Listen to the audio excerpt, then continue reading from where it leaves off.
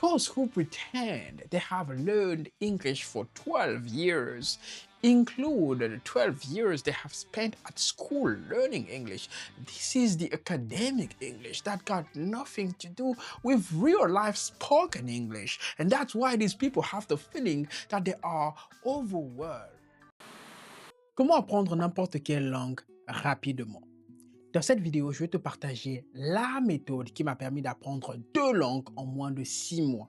Et attention, quand je dis apprendre, je veux dire partir de zéro jusqu'au niveau où j'arrive à m'exprimer à l'aisement dans cette langue. Et oui, la méthode dont je m'apprête à te parler dans cette vidéo, c'est elle qui m'a permis d'apprendre l'anglais en moins de 6 mois, mais c'est également elle qui m'a permis d'apprendre le chinois en moins de 6 mois. Mais je sais que ça peut surprendre, car de nombreuses personnes galèrent pendant des années pour ne serait-ce qu'apprendre une langue. Et moi, du jour au lendemain, je débarque avec une méthode qui serait si efficace qu'elle m'aurait permis d'apprendre 2 langues en l'espace de seulement 6 mois. Pourtant, c'est le cas. Et pour ces personnes qui galèrent depuis des années avec une langue sans jamais parvenir à ne serait-ce qu'aligner 2 phrases dans cette langue-là, le professeur Tony et son équipe ont mené une étude pour essayer de comprendre pourquoi est-ce que ça ne marche pas. C'est pour ça qu'on a divisé cette vidéo en 2 parties. Dans la première partie, on va recevoir le professeur Tony qui va vous révéler pourquoi est-ce que malgré que ça fait des années que vous apprenez une langue, ça ne marche toujours pas pour vous. Et dans la deuxième partie, je vais parler de ma méthode qui m'a permis d'apprendre l'anglais et le chinois en l'espace de seulement 6 mois. Et si tout est clair pour toi jusqu'ici, recevons justement le professeur Tony pour nous parler de sa fameuse étude. Here we are. For the past 12 months, my team and myself have been in over 75 countries around the world leading this survey. And this is what we have found out. Those who pretend they have learned English for 12 years include the 12 years they have spent at school learning English.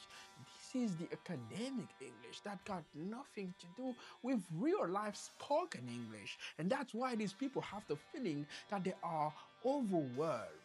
Accordingly to our survey, those who even today have spent 12 years learning English and still unable to make a sentence in English and have a conversation, even the most random conversation possible with a native speaker or with whoever can speak English with them, are only those who have never approached English like what it is, a language. Instead, have always approached it like a subject. Because when you approach English like a language, you understand one thing: you don't learn it like a subject, you learn it by practicing it. C'est tellement répandu aujourd'hui, les personnes qui disent qu'elles apprennent une langue depuis 10 ans, 15 ans, sans jamais parvenir à parler cette langue-là. Mais quand on regarde de près le parcours de ces personnes-là, on va se rendre compte que ces 10 ans de pratique-là, ce sont surtout 10 ans de pratique académique. Ils ont appris l'anglais de la manière la plus classique possible. Ils ont appris le chinois de la manière la plus classique possible. Ils ont appris l'allemand de la manière la plus classique possible. C'est-à-dire, ils allaient en classe, ils apprenaient une liste de mots comme le vocabulaire qu'ils répétaient chaque soir. Et d'ailleurs, la langue en question est difficile parce que malgré qu'ils passent des heures à répéter ce vocabulaire-là, dans les jours qui suivent, ils finissent toujours par oublier les nouveaux mots qu'ils ont appris. Et c'est ce qui les frustre. Certains se découragent à ce niveau-là, d'autres persistent, mais le résultat est toujours le même. Je passe des heures par semaine à apprendre la langue. Dès qu'il y a une personne en face qui aligne plus de 2 phrases, c'est déjà devenu trop compliqué. Ils sont submergés, ils s'embrouillent, ça les frustre encore davantage. La chose à comprendre, c'est celle-ci. Les personnes qui disent que ça fait 15 ans qu'elles apprennent l'anglais sans jamais pouvoir parler l'anglais en question, ce sont des personnes qui apprennent la langue par intermittence. Aujourd'hui, la personne pratique, demain la personne se repose. Le jour d'après, elle revient. L'autre fois, elle apprend des mots. Le jour d'après, elle se repose, puis encore elle revient. Quand tu apprends une langue comme ça, ton cerveau est incapable de recevoir et d'acquérir la langue parce que le cerveau est incapable d'apprendre quelque chose par intermittence. Ce qui m'amène donc tout de suite à ma méthode. Et pour parler de cette méthode en question, qui de mieux que le professeur Liang, le fondateur, l'homme derrière cette méthode-là, pour te l'expliquer. Je vais lui laisser la place pour qu'il te parle de cette méthode et je reviendrai juste après pour t'expliquer tout. 是这样的，孩子们，当你们有一个学习一门语言的目标的时候，你们一定要把这个目标变成一个习惯，然后你们每天都要去锻炼这个语言。记得，我没说学习这个语言，我说了锻炼这个语言。你们要去锻炼你们的口语，要去锻炼你们的听力。如果你们实行这个方式的话，我可以给你们承诺一件事情，在4到6个月时间里，你们可以和任何人日常交流。Notre cerveau est une machine qui apprend par habitude. Si tu veux apprendre une langue en moins de 6 mois, c'est possible à une condition. Pendant ces 6 mois-là, ton objectif doit être de pratiquer cette langue-là chaque jour. Et j'ai bien dit pratiquer. Je n'ai pas dit réciter une liste de mots de vocabulaire pendant 1 heure ou je ne sais pas combien de temps est-ce que tu veux passer dessus. Chaque jour, tu dois pratiquer, c'est-à-dire ouvrir ta bouche pour parler. Ce qui m'amène donc tout de suite au système. Parce que pour apprendre une langue rapidement par habitude, il te faut un système. Le système sert à quoi? Le système sert à maintenir l'habitude. Et moi, mon système à moi, c'est un système en 2 phases. La première phase, c'est la phase de pratique et d'immersion modérée. Et la deuxième phase, c'est la phase de pratique et d'immersion intensive. Et je précise, ce système, tu peux l'appliquer depuis ton pays pour apprendre une langue ou même en te rendant à l'étranger directement dans un pays dédié, ça marche tout aussi bien. L'idée est la même, c'est de faire rentrer ton cerveau petit à petit en immersion. C'est pour ça que j'ai appelé la première phase la phase de pratique et d'immersion modérée. Cette première phase-là va s'étaler sur les 2 premiers mois de ta pratique. Et je tiens à le préciser, c'est la plus cruciale. Et voici comment est-ce que tu vas la mettre en place. Arrange au moins 1 heure chaque jour pour pratiquer la langue. Il est question de toujours du même mot pratiquer, pas apprendre, mais pratiquer seul, vu que c'est le début et vu que c'est l'immersion modérée. Comment s'immerse-t-on modérément? Personnellement, je le fais en lisant et en écoutant des podcasts chaque jour. La lecture à haute voix reste et de loin le meilleur moyen de renforcer les muscles de ta bouche afin de te permettre d'avoir une prononciation correcte lorsque tu apprends une langue. Et l'intérêt ici, c'est d'acheter un livre autour d'un sujet qui te passionne. Même si tu as un vocabulaire pauvre, ce n'est pas un problème.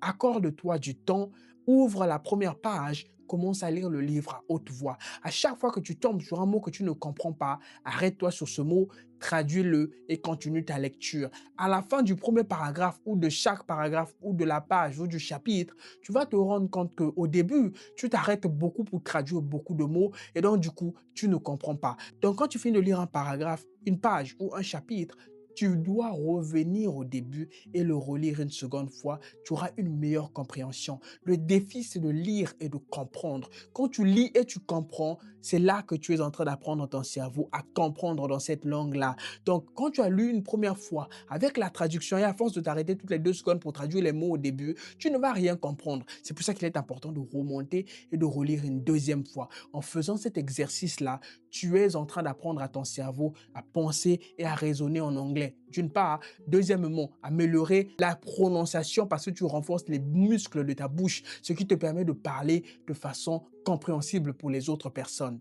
Je sais que ça peut être épuisant, mais je peux t'assurer une chose. La lecture, c'est le meilleur moyen de développer toutes les aptitudes qui te permettent d'être bon dans une langue. La prononciation, l'écoute, ainsi que le vocabulaire aussi qui s'enrichit par la même occasion.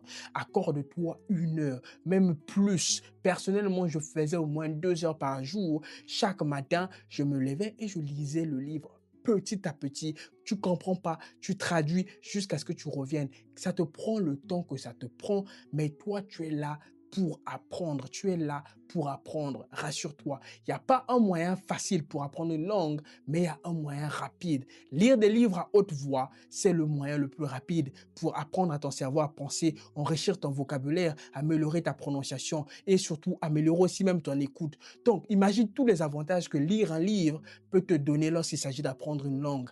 Alors, vas-y, sois discipliné et fais-le chaque jour. Au bout de même 2 semaines, tu vas te rendre compte de la différence immense. Mais ce n'est pas la seule chose que tu fais dans ce système. Chaque jour, lorsque tu finis de lire, tu vas résumer ce que tu as lu en anglais. Tu vas résumer tout ce que tu as lu. C'est important et capital de ne pas tricher parce que tu es en train de faire quoi?